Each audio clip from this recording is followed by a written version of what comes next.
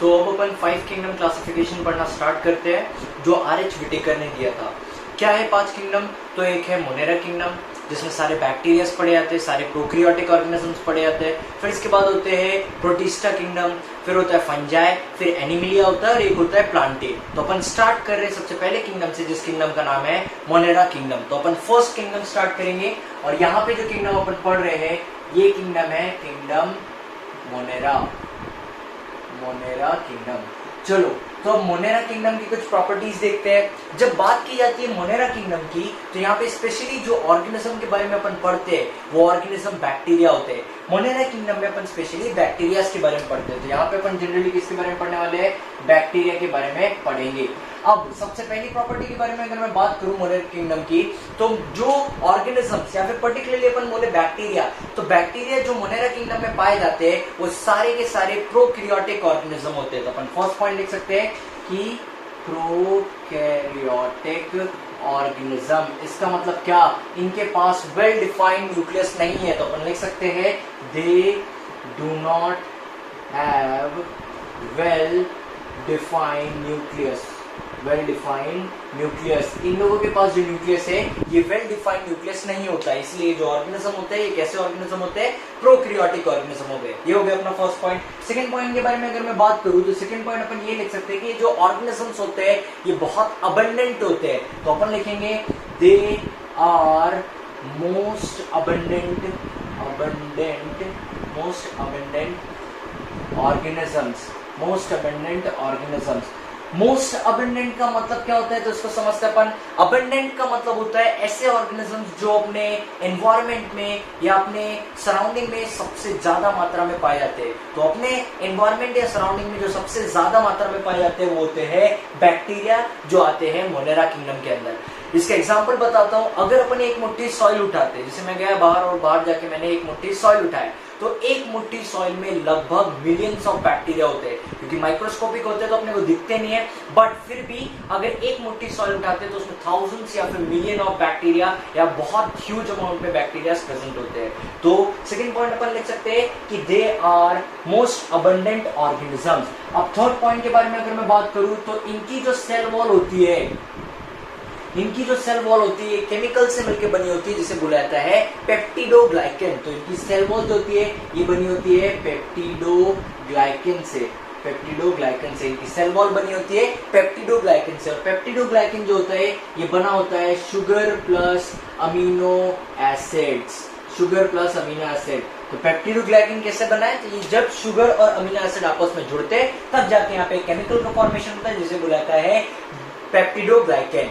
और जितने भी बैक्टीरिया होते हैं उन बैक्टीरिया की जो सेल वॉल बनी होती है वो पेप्टिडोग्लाइकन से बनी होती है। बट यहाँ पे एक एक्सेप्शन है, एक एक्सेप्शन है। जब अपन आगे पढ़ेंगे बैक्टीरिया में तो एक बैक्टीरिया की कैटेगरी होती है जिसको बोला जाता है आर्के बैक्टीरिया। और मैं तुम लोगों को बताता हूँ कि ये जो आर्के बैक्टीरिया होते हैं इन लोगों की जो सेल वॉल होती है ये सेल वॉल पेप्टिडोग्लाइकन से नहीं बनी होती है, जबकि इनकी जो सेल वॉल बनी होती है ये बनी होती है म्यूरिन से, ये दूसरे केमिकल से बनी होती है जिसे बोला जाता है म्यूरिन। तो इनकी जो सेल वॉल है ये किससे बनी होती है? म्यूरिन से बनी होती है आर्के बैक्टीरिया की। बट बाकी बैक्टीरिया जो है उन सब की सेल वॉल बनी होती है पेप्टिडोग्लाइकन से, जो बना होता है शुगर प्लस अमीनो एसिड से। तो अपन ने सेल वॉल देख लिया है। अब अगर अगले प्रॉपर्टी के बारे में मैं बात करूं तो ये जो बैक्टीरिया होते हैं इनके अलग अलग शेप्स होते हैं, ये अलग अलग शेप्स में पाए जाते हैं। तो देखते हैं कौन से शेप्स होते हैं। तो अपन लिखते हैं डिफरेंट शेप्स ऑफ बैक्टीरिया, अलग अलग शेप के बैक्टीरिया होते हैं। देखते हैं कौन से शेप होते हैं। सबसे पहले शेप के बारे में अगर मैं बात करूं तो पहला शेप होता है कोकस। कोकस शेप के जो बैक्टीरिया होते हैं ये सर्कुलर शेप के होते हैं। कोकस मतलब सर्कुलर शेप के बैक्टीरिया होते हैं। तो अपन शेप लिख सकते हैं सर्कुलर शेप। यहाँ पे अगर मैंने कहा है कोकस तो ये कैसे बैक्टीरिया है? सर्कुलर शेप के बैक्टीरिया। फर्स्ट हो गया। सेकेंड अगर मैं बात करूं तो सेकेंड होता है स्पिरिलियम। स्पिरिलियम, स्पिरिलियम जो होते हैं, स्पिरिलियम जो होते हैं ये जो होते हैं ये ऐसे बैक्टीरिया होते हैं जो स्पाइरल शेप के होते हैं, ये इस तरीके के शेप के होते हैं, ये ऐसा। और इनके लास्ट में एंड्स में फ्लैजिलास प्रेजेंट होते हैं। तो ये हो गया स्पाइरल शेप और ये है फ्लैजिला। तो इसे अपन बोल सकते हैं स्पाइरल शेप, ये है स्पाइरल शेप। अब अगर थर्ड के बारे में बात करूं तो एक हो गए हैं एक होता है विब्रियो, विब्रियो शेप। देखो कोकस मतलब सर्कुलर शेप, स्पिरिलियम मतलब स्पाइरल शेप। अब एक है विब्रियो, विब्रियो मतलब जो होते हैं वो होते हैं कॉमा शेप, कॉमा शेप। और विब्रियो का जो शेप होता है वो ऐसा इस तरीके से कॉमा शेप का होता है कि ये इस तरीके के ऑर्गेनिज्म पाए जाते हैं। ये हो गया कॉमा शेप। और एक और शेप बचता है, फोर्थ शेप बचता है। तो फोर्थ शेप जो होता है ये होता है बेसिलस। तो लास्ट शेप है बेसिलस। बेसिलस जो होता है इसे बोला जाता है, इसमें जो शेप होता है वो होता है रॉड शेप बैक्टीरिया। और ये हो गए ऐसे इस तरीके के बैक्टीरिया। चलो तो अपने यहाँ पे कुछ अलग अलग शेप्स देखे बैक्टीरिया के। कौन से शेप देखे? तो डिफरेंट शेप्स ऑफ बैक्टीरिया में सबसे पहला शेप देखा है कोकस। कोकस मतलब सर्कुलर शेप, तो सर्कुलर शेप के बैक्टीरिया तो उनको अपन कोकस बोलेंगे। फिर इसके बाद अगला शेप देखा है स्पिरिलियम। स्पिरिलियम में जो शेप था वो कैसा शेप है? स्पाइरल शेप बैक्टीरिया है। और ये जो बैक्टीरिया इनके पास क्या प्रेजेंट रहेंगे? फ्लैजिला प्रेजेंट रहेंगे। अगला जो शेप है ये है विब्रियो। विब्रियो शेप के जो बैक्टीरिया होते हैं ये कॉमा शेप बैक्टीरिया होते हैं। ये दिख रहे हैं, ये कॉमा शेप बैक्टीरिया है। और लास्ट शेप जो होता है ये होता है रॉड शेप बैक्टीरिया, जिसका नाम होता है बेसिलस। तो यहाँ पे जो बैक्टीरिया होंगी वो किस तरीके की बैक्टीरिया होंगी? रॉड शेप बैक्टीरिया होंगी। तो अब अगर अपन बैक्टीरिया का क्लासिफिकेशन करें तो बैक्टीरिया को अपन दो अलग अलग कैटेगरीज में डिवाइड कर सकते हैं। देखते हैं वो कौन सी कैटेगरी है। तो अब अगर मैं बात करूं बैक्टीरिया की, तो बैक्टीरिया को अपन दो डिफरेंट कैटेगरीज में डिवाइड कर सकते हैं। क्या है वो कैटेगरी? एक है आर्के बैक्टीरिया, आर्के बैक्टीरिया, और एक होती है यू बैक्टीरिया, यू बैक्टीरिया। चलो तो अपन सबसे पहले पढ़ना स्टार्ट करेंगे आर्के बैक्टीरिया के बारे में। तो सभी लोग ध्यान देंगे, आर्के बैक्टीरिया जो होते हैं ये ऐसे बैक्टीरिया होते हैं जो बहुत एक्सट्रीम हैबिटेट में या एक्सट्रीम कंडीशन में सरवाइव कर सकते हैं। तो अपन क्या लिख सकते हैं इसमें? लिख सकते हैं आर्के बैक्टीरिया में कि these are the bacterias, are bacterias which can survive in extremely harsh conditions। तो कोई पूछता है व्हाट इज आर्के बैक्टीरिया, तो अपन बता सकते हैं कि आर्के बैक्टीरिया ऐसे बैक्टीरिया है जो बहुत एक्सट्रीम कंडीशन में सरवाइव कर सकते हैं। तो अभी अपन ने देखा था कि बैक्टीरिया जो होते हैं इनके सेल वॉल बनी होती है पेप्टिडोग्लाइकेन से, जो शुगर प्लस अमीनो एसिड से मिलकर बना होता है। बट आर्के बैक्टीरिया में अपन ने देखा था कि इनकी जो सेल वॉल थी वो किससे बनी थी? इनकी सेल वॉल बनी हुई थी म्यूरिन से। और म्यूरिन से बनने का पता है रीजन क्या है? इनके सेल वॉल म्यूरिन से बनी होती है, इसीलिए ये ऑर्गेनिज्म, ये आर्के बैक्टीरिया एक्सट्रीम सिचुएशंस में या फिर एक्सट्रीम हैबिटेट्स में सर्वाइव कर सकते हैं। अब अगर मैं बात करूं इस आर्के बैक्टीरिया की, तो यहाँ पे अपने को तीन डिफरेंट ऑर्गेनिजम्स पढ़ना है।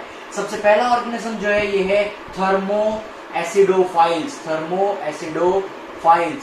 अब बात आती है कि थर्मो एसिडोफाइल्स मतलब क्या है? तो थर्मो एसिडोफाइल्स ऐसे ऑर्गेनिजम्स है जो बहुत एक्सट्रीम हॉट कंडीशन में या हॉट स्प्रिंग में पाए जा सकते हैं। तो अपन इसमें लिख सकते हैं कि these bacteria can survive in extremely hot conditions। तो थर्मोएसिडोफाइल क्या है? थर्मोएसिडोफाइल एक ऐसी आर्के बैक्टीरिया है जो बहुत एक्सट्रीम हॉट कंडीशन में क्या कर सकते हैं? सरवाइव कर सकते हैं। तो ये हो गया पहला टाइप। सेकेंड टाइप के बारे में अगर मैं बात करूं तो जो सेकेंड टाइप होता है आर्के बैक्टीरिया का ये है हेलोफाइल्स। हेलोफाइल्स ऐसी बैक्टीरिया होती है जो बहुत एक्सट्रीम सॉल्टी एरिया में पाए जा सकते हैं। तो अपन इसमें लिख सकते हैं कि these bacteria can survive in extremely salty area. ये कहां पे सरवाइव कर सकते हैं? एक्सट्रीमली सॉल्टी एरिया में, खारे ऐसी जगह पे रह सकते हैं जहां पे सॉल्टी एरिया है, उस जगह पे भी ये लोग सरवाइव कर सकते हैं। और थर्ड जो होते हैं, थर्ड से अपन फेमिलियर है, जिसे बोला जाता है मिथेनोजेंस।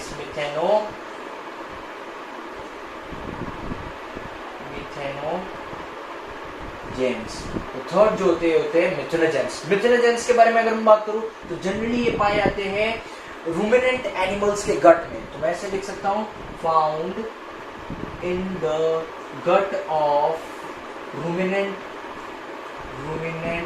एनिमल्स, रूमिनेंट एनिमल्स के या फिर कैटल्स के गट में पाए जाते हैं। अपन यहाँ पे कैटल्स लिख सकते हैं और कैटल्स लिख सकते हैं। तो ये कैटल्स के गट में पाए जाते हैं। सबसे इंपॉर्टेंट काम क्या होता है मिथेनोजेंस का? तो सबसे इंपॉर्टेंट काम ये होता है मिथेनोजेंस का कि ये बायोगैस या फिर गोबर गैस, जिसे अपन मीथेन भी बोल सकते हैं, ये प्रोड्यूस करते हैं। तो अपन क्या लिख सकते हैं? नेक्स्ट पॉइंट अपन ये लिख सकते हैं कि it helps in the production of biogas, या फिर बायोगैस को अपन मीथेन गैस बोल सकते हैं जिसका फॉर्मूला है CH4, या फिर अपन इसको बोल सकते हैं बायोगैस बोल सकते हैं, मीथेन गैस बोल सकते हैं, या फिर इसको बोला जाता है गोबर गैस। तो क्या होता है मेथनोजेंस क्या है? सबसे पहले कहां पे पाए जाते हैं? ये पाए जाते हैं रूमिनेंट एनिमल्स या कैटल्स के गट में पाए जाते हैं, मतलब उनके पेट में पाए जाते हैं। और सबसे इंपॉर्टेंट चीज ये क्या करते हैं? तो ये बायोगैस या फिर मीथेन CH4 या फिर गोबर गैस के प्रोडक्शन में हेल्प करते हैं। अब किस तरीके से हेल्प करते हैं? तो यहाँ पे ये मेथनोजेंस जो है ये काउ डंग का यूज करते हैं, डंग का यूज करते हैं पर्टिकुलरली, और इस डंग के हेल्प से क्या करते हैं लोग? मीथेन का प्रोडक्शन करते हैं। इसीलिए इन्हें कहा जाता है मिथेनोजेंस, क्योंकि ये मीथेन का प्रोडक्शन करते हैं, इसीलिए इन ऑर्गेनिजम्स को कहा जाता है मिथेनोजेंस। तो अब अगर अपन बात करें थर्मोएसिडोफाइल्स, हेलोफाइल्स और मिथेनोजेंस की, तो ये तीनों ऐसे ऑर्गेनिज्म है जो बहुत एक्सट्रीम कंडीशंस में पाए जा सकते हैं। ये एक्सट्रीमली हॉट कंडीशन में पाए जाते हैं थर्मोएसिडोफाइल्स। हेलोफाइल्स जो होते हैं वो बहुत एक्सट्रीम सॉल्टी एरिया में पाए जा सकते हैं, और जो मिथेनोजेंस होते हैं ये तो एनिमल्स के गट में पाए जा सकते हैं, और क्या करते हैं? मीथेन गैस के प्रोडक्शन में हेल्प करते हैं। इसीलिए ये जो तीन ऑर्गेनिज्म है इनको एक कैटेगरी में रखा है जिसको बोला गया है आर्केबैक्टीरिया। और आर्केबैक्टीरिया क्या है? तो आर्केबैक्टीरिया कुछ ऐसे बैक्टीरिया है जो क्या करते हैं? बहुत एक्सट्रीम हैबिटेट में सर्वाइव कर सकते हैं। और इनके सर्वाइवल का रीजन क्या है? सर्वाइवल का जो रीजन है वो ये है कि इनकी सेल वॉल जो है ये डिफरेंट है। सेल वॉल क्यों डिफरेंट है? देखो, मैंने बोला था कि बैक्टीरिया की जो सेल वॉल होती है किससे बनी होती है? बनी होती है पेप्टिडोग्लाइकेन से। ये बनी होती है पेप्टिडोग्लाइकेन से। और पेप्टिडोग्लाइकेन किससे बना है? शुगर प्लस अमीनो एसिड से मिलकर बना हुआ है। बट ये हो गया नॉर्मल बैक्टीरिया में। बट बैक्टीरिया की कैटेगरी होती है जिसको बोला जाता है आर्केबैक्टीरिया। आर्केबैक्टीरिया में जो बैक्टीरिया होती है उनकी सेल वॉल पेप्टिडोग्लाइकेन से नहीं बनी होती है, इनकी सेल वॉल जो होती है ये म्यूरिन से बनी होती है। इसीलिए ये लोग एक्सट्रीम कंडीशंस में भी सर्वाइव कर सकते हैं। तो अब अपन बैक्टीरिया के अगली कैटेगरी के बारे में पढ़ते हैं जिसका नाम है यू बैक्टीरिया। तो स्टार्ट करते हैं अपन सेकंड कैटेगरी पढ़ना जिसका नाम है यू बैक्टीरिया। यू बैक्टीरिया जो होती है इनको कॉमनली ट्रू बैक्टीरिया बोला जाता है, क्योंकि ट्रूली यही बैक्टीरिया अपन पढ़ने वाले। वो जो अपन ने आर्के बैक्टीरिया पढ़े थे वो तो कुछ ऐसी बैक्टीरिया थी जो क्या कर सकते थे? एक्सट्रीम हैबिटेट में पाए जा सकते थे, क्योंकि इनके पास सेल वॉल डिफरेंट थी। बट अगर सही मायने में बात करें कि बैक्टीरिया ट्रू बैक्टीरिया कौन सी है, तो ये ट्रू बैक्टीरिया होती है यू बैक्टीरिया। अब यू बैक्टीरिया के बारे में अगर अपन बात करें तो सबसे पहले पॉइंट, ये जो यू बैक्टीरिया होती है ये यू बैक्टीरिया दो टाइप्स की पाई जा सकती है। ये दो टाइप्स की पाई जा सकती है। किस बेसिस पे? तो बताता हूं मैं किस बेसिस पे। सबसे पहला, या तो ये यू बैक्टीरिया है, या तो ये यू बैक्टीरिया ऑटोट्रोपिक हो सकती है, फर्स्ट टाइप ऑटोट्रोपिक हो सकती है, या फिर ये यू बैक्टीरिया जो है कैसी हो सकती है? ये हेटेरोट्रोपिक हो सकती है। चलो दोनों के बारे में अपन समझते हैं। अगर मैंने कहा कि यू बैक्टीरिया जो है ये ऑटोट्रोपिक है, इसका मतलब क्या? इसके पास फूड का सोर्स खुद के पास है, मतलब ये अपना फूड खुद से बना सकते हैं और खा सकते हैं और सर्वाइव कर सकते हैं। और अगर मैंने कहा कि यू बैक्टीरिया हेटेरोट्रोपिक है, इसका मतलब क्या? कि इनके पास फूड सोर्स खुद से नहीं बना सकते, ये दूसरों पर डिपेंडेंट रहेंगे फूड पर्पस के लिए, इसीलिए ये हो गया हेटेरोट्रोपिक बैक्टीरिया। अब अगर बात करूं मैं ऑटोट्रोपिक बैक्टीरिया की, तो इसके भी दो टाइप होते हैं। एक होता है फोटोसिंथेटिक, और एक होता है, अगला जो होता है वो होता है कीमोसिंथेटिक। चलो बात करते हैं कि ये फोटोसिंथेटिक और कीमोसिंथेटिक मतलब क्या। तो फोटोसिंथेटिक कुछ ऐसी बैक्टीरिया होती है जिनके पास क्लोरोफिल प्रेजेंट रहता है। तो अपन क्या लिख सकते हैं कि इनके पास क्या है? क्लोरोफिल प्रेजेंट है। ये वो ग्रीन पिगमेंट होता है जो हेल्प करता है फूड के फॉर्मेशन की। और ये लोग क्या करते हैं? सनलाइट की हेल्प लेते हैं और क्या कर सकते हैं? फूड की प्रिपरेशन कर सकते हैं। तो फोटोसिंथेटिक ऑटोट्रोपिक यू बैक्टीरिया कुछ ऐसी बैक्टीरिया है जिनके पास क्लोरोफिल प्रेजेंट है और वो सनलाइट की हेल्प से क्या कर सकते हैं? फोटोसिंथेसिस की प्रोसेस करेंगे और फूड की प्रिपरेशन कर सकते हैं। कीमोसिंथेटिक ऐसी बैक्टीरिया होती है जो पता है क्या करते हैं, केमिकल्स की हेल्प से फूड की प्रिपरेशन करते हैं। तो यहाँ पे अपन लिखेंगे केमिकल, ये क्या करेंगे, कुछ केमिकल्स की हेल्प से क्या करेंगे, फूड की प्रिपरेशन करेंगे और उस फूड से ये क्या करेंगे, आगे चल के सर्वाइव करेंगे। रही बात हेटेरोट्रोपिक बैक्टीरिया की, तो हेटेरोट्रोपिक बैक्टीरिया ऐसी बैक्टीरिया होती है जो किसी और पे डिपेंडेंट रहेगी। तो क्या लिख सकते हैं अपन, it depends on others, it depends on other organism for food। तो ये दूसरे ऑर्गेनिज्म पे डिपेंडेंट रहेंगे फूड पर्पस के लिए। तो अपन ने यहाँ पे क्या देखा है कि यू बैक्टीरिया जो है ये दो कैटेगरीज में डिवाइडेड है कि ये सर्वाइव कैसे कर रहे हैं, इनके फूड का सोर्स क्या है। अगर ऑटोट्रोपिक बोला मतलब ये लोग खाना अपना खुद से बना सकते हैं, हेटेरोट्रोपिक बोला मतलब ये किसी और पे डिपेंडेंट है फॉर फूड पर्पस। अब ऑटोट्रोपिक में भी दो टाइप होता है, एक होता है फोटोसिंथेसिस। फोटोसिंथेटिक एक ऐसा टाइप है जिसमें इनके पास क्लोरोफिल प्रेजेंट रहेंगे और ये सनलाइट की हेल्प से खाना बना पाएंगे। और अगला टाइप जो होता है वो होता है कीमोसिंथेटिक। यहाँ पे ये लोग फूड तो बनाते हैं बट कैसे, किसके हेल्प से बनाते हैं, केमिकल्स की हेल्प से बनाते हैं। और हेटेरोट्रोपिक मतलब ये किसी और दूसरे ऑर्गेनिज्म पे डिपेंडेंट रहेंगे फॉर फूड पर्पस। अब बात आती है एग्जाम्पल्स की। तो फोटोसिंथेटिक का जो एग्जाम्पल है, इसका एग्जाम्पल है ब्लू ग्रीन एल्गे, या फिर इस ब्लू ग्रीन एल्गे को साइनो बैक्टीरिया भी बोला जाता है।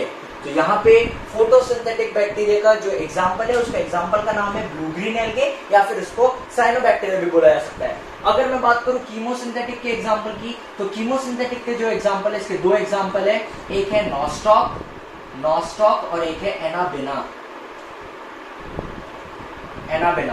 तो दो एग्जाम्पल है केमिकल या फिर कीमोसिंथेटिक बैक्टीरियाज की, एक है नॉस्टॉक और एक है एनाबेना। ये दोनों जो ऑर्गेनिज्म है, नॉस्टॉक और एनाबेना, ये नाइट्रोजन फिक्सेशन में हेल्प करते हैं।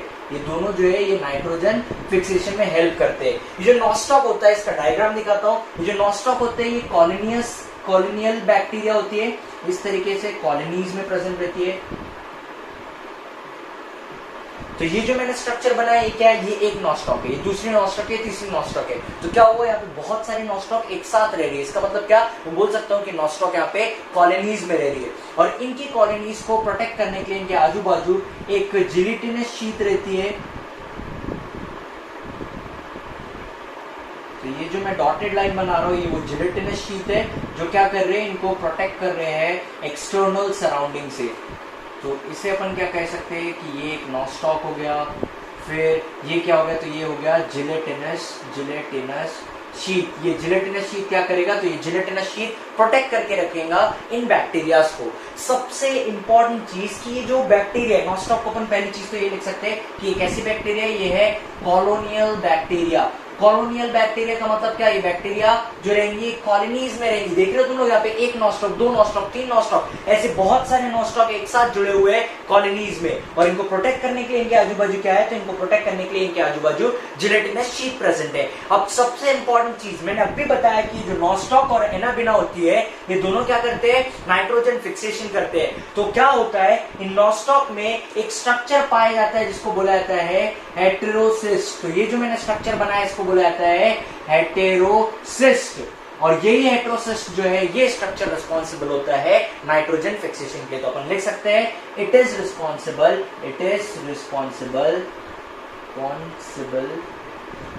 For nitrogen fixation. ये स्ट्रक्चर रिस्पॉन्सिबल होता है नाइट्रोजन फिक्सेशन के लिए। तो यहाँ पे अपन ने क्या देखा, अपन ने ये देखा कि जो कीमोसिंथेटिक बैक्टीरिया है इसके दो एग्जांपल्स है, एक है नॉस्टॉक और एक है एनाबेना। ये दोनों जो बैक्टीरिया ये क्या करते हैं, नाइट्रोजन फिक्सेशन में हेल्प करते हैं। जिसमें से ये जो नॉस्टॉक होते हैं ये कैसे बैक्टीरिया होते हैं, कॉलोनियल बैक्टीरिया होते हैं, मतलब एक साथ रहने वाली बैक्टीरिया होती है। और इनकी कॉलोनीज को प्रोटेक्ट करने के लिए एक जिलेटिनस शीट होती है। जिलेटिनस शीट म्यूकस की एक शीट रहती है जो इनको क्या करती है, प्रोटेक्ट करती है। अगली चीज इन लोगों के पास क्या होता है, तो इनके पास एक स्ट्रक्चर प्रेजेंट रहता है इनके बॉडी में जिसको बोला जाता है हेटेरोसिस्ट। और यही हेटेरोसिस्ट क्या करता है, तो ये हेटेरोसिस्ट हेल्प करता है उनको नाइट्रोजन फिक्सेशन के लिए।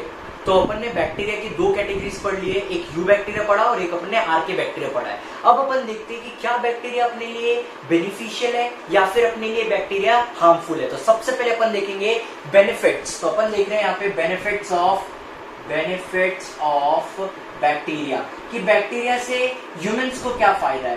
तो अगर मैं बात करूं तो सबसे पहला फायदा जो इंसानों को है वो ये है कि बैक्टीरिया से अपन क्या कर सकते हैं, दूध से दही बना सकते हैं। तो अपन यहां लिख सकते हैं फॉर्मेशन फॉर्मेशन ऑफ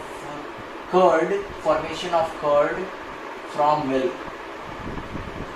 तो अपन क्या कर सकते हैं, बैक्टीरिया के हेल्प से अपन क्या कर सकते हैं, दूध से दही बना सकते हैं। अब बात आती है कि दूध से दही कैसे बना सकते हैं। तो मान लो मेरे पास दो कंटेनर है, जैसे ये कंटेनर ए है, ये मेरे पास कंटेनर बी है। ये जो कंटेनर बी है, इस कंटेनर में मान लो मेरे पास क्या प्रेजेंट है, कर्ड प्रेजेंट है। और ये जो कंटेनर ए है, इस कंटेनर में मेरे पास क्या प्रेजेंट है, इस कंटेनर में मान लो मेरे पास मिल्क प्रेजेंट है। तो पता है क्या होता है, सबसे इंपॉर्टेंट चीज जो तुम लोगों को पता होनी चाहिए कि कर्ड जो होती है, इसमें एक बैक्टीरिया पाया जाता है जिसको बुलाया जाता है LAB, जिसे बुलाया जाता है लैक्टिक एसिड बैक्टीरिया। कर्ड में एक बैक्टीरिया पाया जाता है जिसे बुलाया जाता है लैक्टिक एसिड बैक्टीरिया, या फिर इसे लैक्टोबैसिलस भी कहा जाता है। तो क्या होता है, कर्ड में एक इंपॉर्टेंट बैक्टीरिया पाया जाता है जिसका नाम है LAB, जिसे अपन लैक्टिक एसिड बैक्टीरिया भी बोल सकते हैं या फिर लैक्टोबैसिलस भी बोल सकते हैं। ये जो बैक्टीरिया होते हैं, ये बैक्टीरिया रिस्पॉन्सिबल होते हैं कर्ड के फॉर्मेशन के लिए। देखते हैं कैसे ये कर्ड के फॉर्मेशन के लिए रिस्पॉन्सिबल होते हैं। अगर मान लो मैंने कंटेनर बी का 1 चम्मच कर्ड निकाल के मैंने किसमें डाल दिया, कंटेनर ए में डाल दिया। मैंने क्या किया, यहाँ पे कंटेनर बी में कर्ड प्रेजेंट था, कर्ड का 1 चम्मच लिया और उसको डाल दिया मैंने किसमें, मिल्क में। अब जैसे मैं वो कंटेनर का कर्ड अगर मिल्क में डालता हूं तो क्या बोलूंगा मैं, इस कंटेनर में जो बैक्टीरिया थी, लैक्टिक एसिड बैक्टीरिया थी, अब ये बैक्टीरिया मिल्क कर्ड से निकल के किसमें जा चुकी है, मिल्क में जा चुकी है। और एक बार बैक्टीरिया जैसे मिल्क में जाएंगे तो ये पता है क्या करते हैं, जैसे ये मिल्क में पहुंचते हैं तो ये लोग मिल्क को कोएगुलेट करने लगते हैं, मतलब जमाने लगते हैं। और लगभग 9 से 10 घंटे बाद अपने को ये जो मिल्क है, ये मिल्क कैसा मिलेगा अपने को, अब ये यहाँ पे इस कंटेनर ए में मिल्क नहीं मिलेगा, अब ये कंटेनर में अपने को क्या मिलेगा, कर्ड मिलेगा। तो सबसे पहला फायदा अपन क्या बोल सकते हैं बैक्टीरिया का, कि ये क्या करते हैं, दूध से दही बनाने में हेल्प करते हैं। सेकेंड अगर मैं बात करूं कि बैक्टीरिया का काम क्या है, तो बैक्टीरिया नाइट्रोजन फिक्सेशन में हेल्प करते हैं। अपन इसमें लिख सकते हैं, it helps in nitrogen fixation. Bacteria जो है वो नाइट्रोजन फिक्सेशन में हेल्प करते हैं। एटमॉस्फेयर में maximum amount of nitrogen fix करते हैं बैक्टीरिया।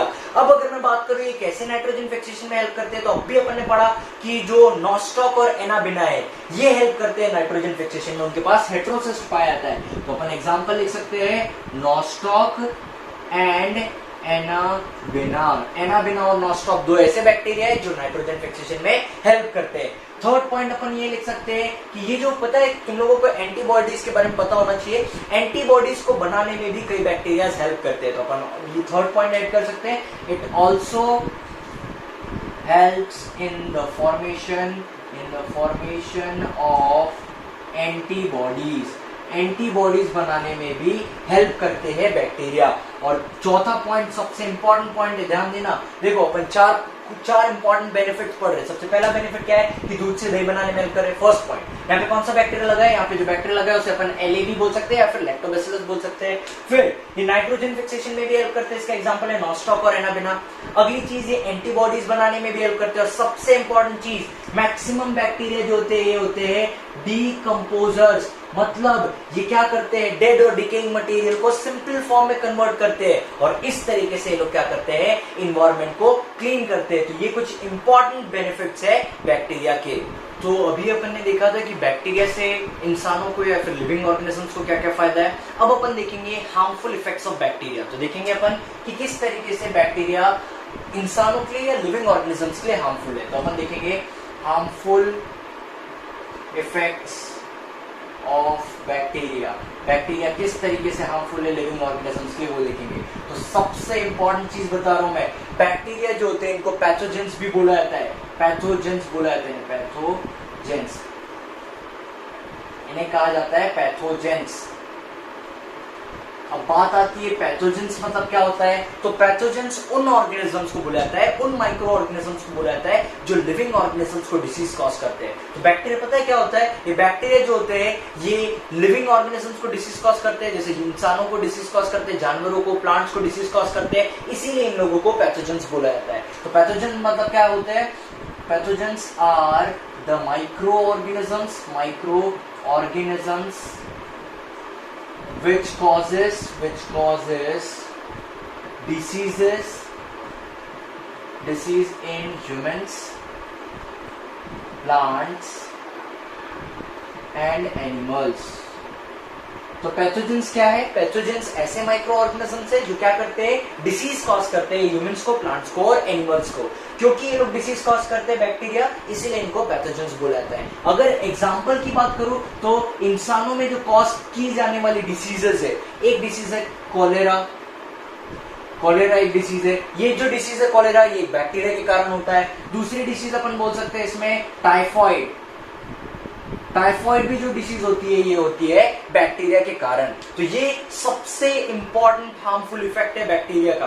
क्या हार्मफुल इफेक्ट है कि ये जो बैक्टीरिया होती है ये क्या करती है, ये डिसीज कॉज कर सकती है लिविंग ऑर्गेनिजम्स को, जैसे इंसानों को, प्लांट्स को और जानवरों को। और क्योंकि ये डिसीज कॉज कर सकती है इसलिए इनको बोल सकते हैं पैथोजेंस। और यहाँ पे जो डिसीज कॉज करते हैं लोग वो होती है कॉलेरा और टाइफॉइड। अब सबसे इंपॉर्टेंट चीज एक बताना भूल गया था मैं कि कई बैक्टीरिया जो होती है ये मोटाइल बैक्टीरिया होती है। मोटाइल मतलब ये मूवमेंट कर सकती है। कई जो बैक्टीरिया होती है वो कैसी बैक्टीरिया होती है, मोटाइल बैक्टीरिया होती है। अब जब बात करते हैं अपन मोटाइल बैक्टीरिया की तो ये मूवमेंट कैसा कर रहे हैं, तो इन लोगों के जो बैक्टीरिया मोटाइल बैक्टीरिया होती है उन लोगों के पास फ्लैजिला पाया जाता है और इस फ्लैजिला के हेल्प से वो लोग क्या कर सकते हैं, मूवमेंट कर सकते हैं। तो जब भी बात करेंगे अपन कि कोई भी बैक्टीरिया, जिसे मैं बोल रहा हूँ मोटाइल बैक्टीरिया मतलब क्या कि मूवमेंट कर सकते हैं, तो अपन लिख सकते हैं कि ये लोग मूवमेंट कर सकते हैं।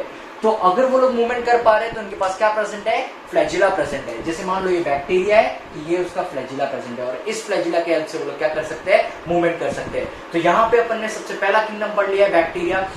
यहाँ पे एक छोटा सा ऑर्गेनिज्म और पढ़ लेते हैं अपन जिसे बोला जाता है माइकोप्लाज्मा। चलो समझते हैं अपन माइकोप्लाज्मा के बारे में। माइकोप्लाज्मा जो होते हैं ये ऐसे ऑर्गेनिजम्स होते हैं जो जिनके पास सेल वॉल नहीं पाई जाती। तो अपन इसमें लिख सकते हैं they do not have cell wall. इनके बारे में अगर मैं बात करूं माइकोप्लाज्मा की तो ये सबसे स्मॉलेस्ट लिविंग सेल होती है। आज तक के अगर अपन पूरे ऑर्गेनिज्म, लिविंग ऑर्गेनिज्म के बारे में बात करें और उनकी सेल्स की बात करें तो सबसे स्मॉलेस्ट लिविंग सेल जो है वो है माइकोप्लाज्मा। तो इसमें अपन लिख सकते हैं कि it is the smallest living cell. ये सबसे स्मॉलेस्ट लिविंग सेल है।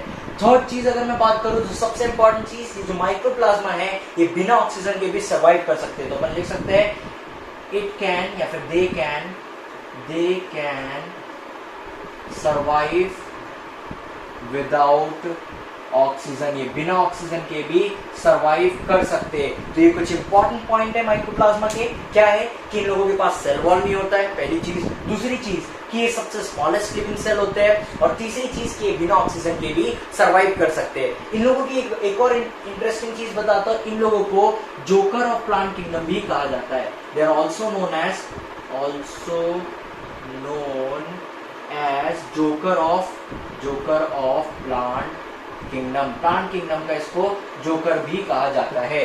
तो यहाँ पे अपन ने सबसे पहला किंगडम खत्म कर दिया है जिस किंगडम का नाम है मोनेरा किंगडम, जिसमें अपन ने मेनली बैक्टीरिया के बारे में पढ़े या फिर अपन बोल सकते हैं अपन ने मेनली यहाँ पे प्रोकैरियोटिक ऑर्गेनिजम्स के बारे में पढ़ा है, जिसमें अपन ने लास्ट में एक और ऑर्गेनिज्म ऐड किया जिसे बोला है माइकोप्लाज्मा। अब नेक्स्ट लेक्चर में अपन जो किंगडम पढ़ने वाले हैं उस किंगडम का नाम है प्रोटिस्टा किंगडम।